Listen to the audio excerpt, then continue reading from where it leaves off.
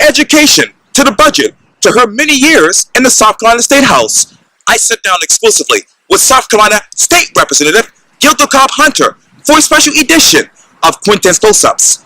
And be sure to download the free Quintin's Close-Ups app in your Apple or Google Play stores. And listen to this interview later on the free Quintin's Close-Ups iHeartRadio podcast. Representative Gilda Cobb-Hunter, it's so good to see you. It is great to finally meet the famous Quintin Close-Ups. Thank you. And Quintin on camera. I'm a big fan. Thank you so much. Sure. I really appreciate it. I know that as we sit here right now, it is the inauguration day for Governor Henry McMaster. Mm-hmm. He just got sworn in for his first full term as governor. Tell me this: how would Representative Cobb-Hunter work with Governor McMaster?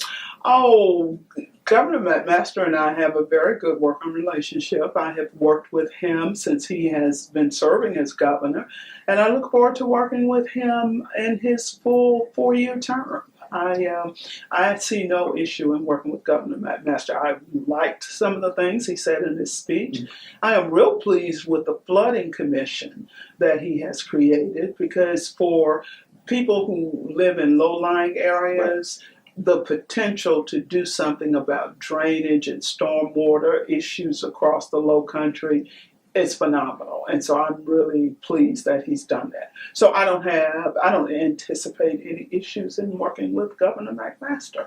You talk about the flooding and the issues in the low country. Where are we with that right now? Well, right now, the governor has created this commission that will look at flooding issues statewide, particularly along the coast and inland.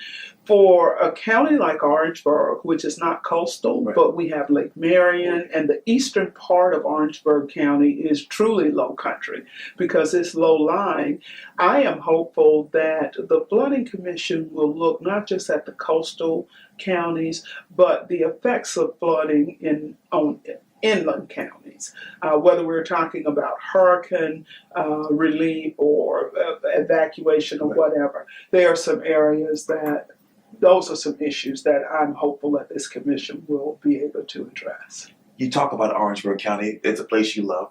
Yes. What is the state of Orangeburg County as we go forth in your mind? I am so excited about what is going on and what's happening in Orangeburg County under the leadership of our Chair of County Council, Chairman Johnny Wright, and the other members of County Council. They're doing a fantastic job of recruiting and bringing industry in. Our Development Commission is doing a good job. And of course, all of that is working in concert with our Department of Commerce, led by Bobby Hitt. Right. So Orangeburg is on the move. We have the lowest unemployment rate than we've had in some time. So I am very pleased and real bullish on Orangeburg County's future. How do we get here with the numbers that you just laid out and the information you just gave to me? Mm-hmm. And what do you mean, how did we get here? With the unemployment being low, how did we get here? I think it's been a team effort. If your question is how did they do it in Orangeburg County, it's a team effort. You've got the legislative delegation working in concert with the county, the city, all of the municipalities. There is no I in team, and I am proud to say that in Orangeburg County that lesson has been learned. We have partners at the federal, state, and local level, and for the most part, all of those partners are on the same page as far as what we need to do and how we move forward. And you talk about moving forward. Obviously, you're heading into your almost 30th year as the longest-serving House Representative. It's 27. But that is almost 30. What is the biggest difference between 1992 and right now in your mind when you think of the House of Representatives? Oh, interesting. And I have to say that I had absolutely no idea I'd been here this long. Wow. The time just passes when you're having fun, I guess. The biggest difference, I think, is in relationships with members.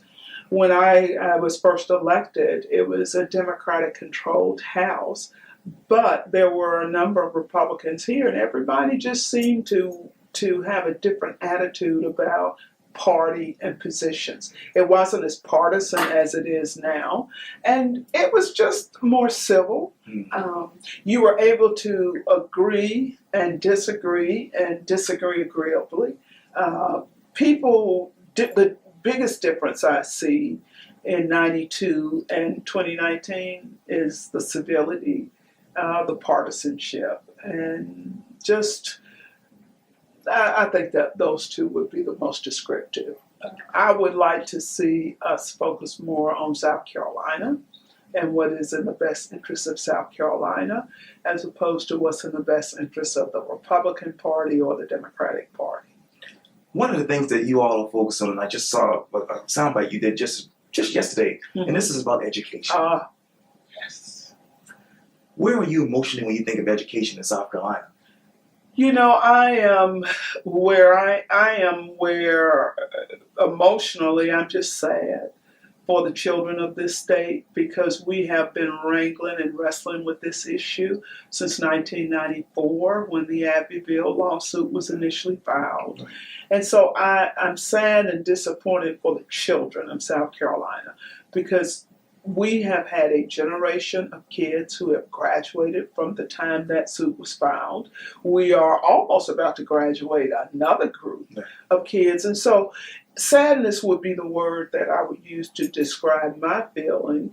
And I would have to say a bit of frustration that we just keep talking about it, and we don't seem to move from talk into action.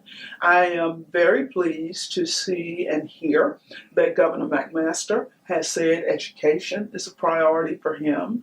The leadership of the House, Speaker Lucas, has said that education is a priority. And so I'm at a point now where I would rather see a sermon than hear one. It's great to say that, but your budget is the biggest example of your priorities, where you spend your money. And so I'm hopeful the devil is in the details. And while there is progress, that we have had this kind of conversation coming from the leadership of this state, both from the General Assembly standpoint and the executive branch, I still need to see details. I believe we all would agree, and we all do agree, that a child should not be penalized based on the zip code. I believe every kid in South Carolina should be given a quality education, regardless of where he or she might live. And I think something might happen this year. It's not going to happen overnight, because we have some serious challenges, particularly in our rural areas. But the one thing I think people need to understand, everybody's like, well, you don't need to throw money at it. Money is not the answer. And I would suggest to you that while money is not the total answer, it certainly has to be a part of the conversation and a part of the solution. And if I may, on the issue of teacher recruitment and retention, particularly in rural communities, what I am hopeful is that we will start looking at recruitment of teachers holistically. Okay. By that I mean, yes, it's great to raise teacher pay. Yes, it's great to pay for specialists to go into rural communities and all of that. Where we got to figure out and do a better job is on the quality of life issues in those rural communities. By that I mean this, Quintin. If you want a teacher to move to Allendale County, you've got to look at what amenities are in Allendale County. If I as a teacher move to Allendale County with my family, what is there for us to do after my work in the classroom? Is there a grocery store? Is there a movie theater where I can take my kids? Is there a library? You know, those kinds of quality of life issues are important in the conversation and in the solution, in my view, to recruiting teachers, because pay in and of itself is not going to be enough in every community. Does that make sense? I believe some people agree with you. Well, and it does. I mean, and all I'm saying is we gotta connect teacher recruitment with community development and economic development. What is your definition of community development right now? My definition of community development is simply developing communities. My preference is that I'm a big proponent of the CDC approach, Community Development Corporations, which allow for development from the ground up as opposed to the top down. And community development is not a cookie cutter approach. Community development is going to look different in Hampton County than it looks in Charleston County. And quite frankly, that's a good thing, because when you have this notion that you can have just a template for community development and it'll work across the board, I don't think that that is the most effective way to look at it, because you've got to take into account community needs. That's why the CDC concept is so important and so effective, because that concept takes into account talking to people in the community. What is it you'd like to see? How would you like to have your community develop? Those kinds of things. When you look around the rural counties and other counties in the state of South Carolina, what are those quality of life issues right now in your mind? In rural counties, just access to services, to, we got rural communities that don't have simple things, grocery stores, hospitals. Of course, not every community is going to have a hospital, but for me, in a rural community, there are two things that are essential. A library, so that people who don't have access to internet can go in and do learning and research and all of that. And really just a good job that you could take care of your family and not have to worry about being homeless or a place to stay. Quality of life is something that will mean different things to different people. For me, quality of life means being in a position to take care of your family, to live comfortably, to have access to amenities that in other communities they take for granted.